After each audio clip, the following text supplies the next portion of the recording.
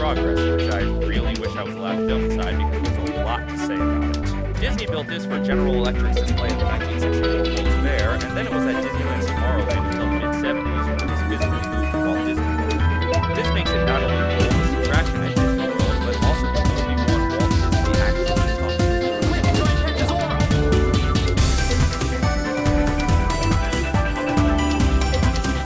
Like Spaceship Earth, there have been several revisions in the years, but they've all showed several meaningful changes throughout their history, led by we are currently with footage. I'll just have to reenact that. Hey, yes, sir, we sure do live in a golden age here in either 1904, 1927, 1940 something, or the 80s idea of the near future. I just love talking about the groundbreaking technological advancements that went into these old-timey common household items that I use every day. And I hear tell I'm about to name drop some famous historical figures who's planning something big for next year. But I think they'll never amount to exciting. My family sure interrupts me a lot. Women, am I right? Also, I think this show could be received when my son's looking at my porn.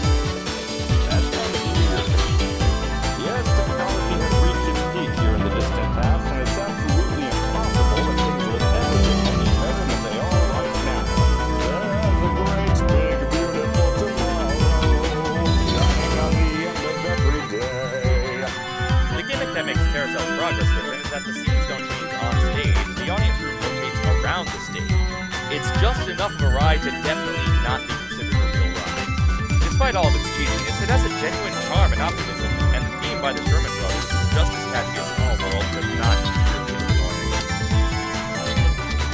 Anyway, after that disappointing peek into cartoon history, we move on to sci-fi geekery with Tomorrowland! Welcome to the world of tomorrow!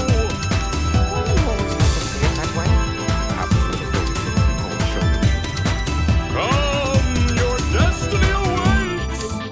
First off, there's the Monsters Inc. Last Floor, which I haven't done yet, and the Stitch Great Escape, which I haven't done yet, and you can save replacement of the reportedly much scarier Alien Encounter, which I've never done. Okay, I'll fess up. The Tomorrowland rides are done with Space Mountain and Buzz Lightyear. The Buzz Lightyear ride is a fun and simple shooter.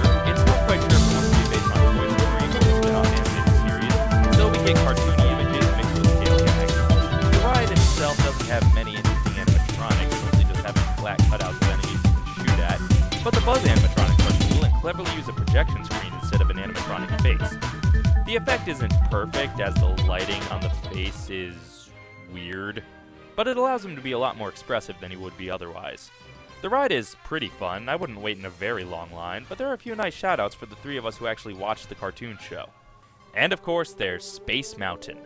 While I generally enjoy theme rides and story rides more than roller coasters, Space Mountain is just awesome. It has enough of a theme in the line to satisfy me, and it's just a cool coaster. Now, at one point, the Disneyland version added a pretty sweet soundtrack by a composer whose name I never learned how to pronounce, but whose work you're probably familiar with. That soundtrack is missing from the Orlando version, but that's a pretty minor complaint, and either way, Space Mountain is a fantastic experience. Little pro tip, the picture is actually taken at the beginning of this ride, not during a drop, so if you want to pose, do so early.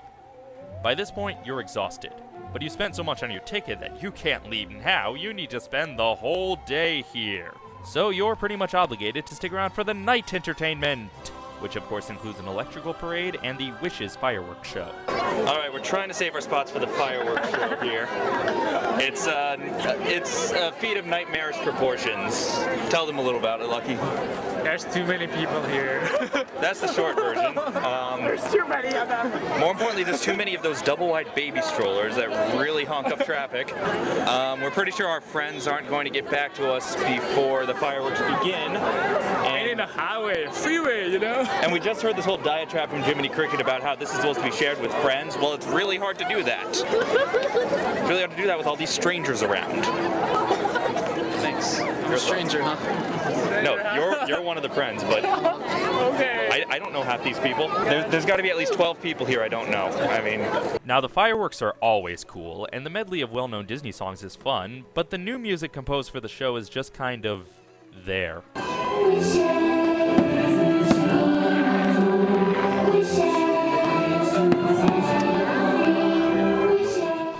Actually, where have I heard that melody before?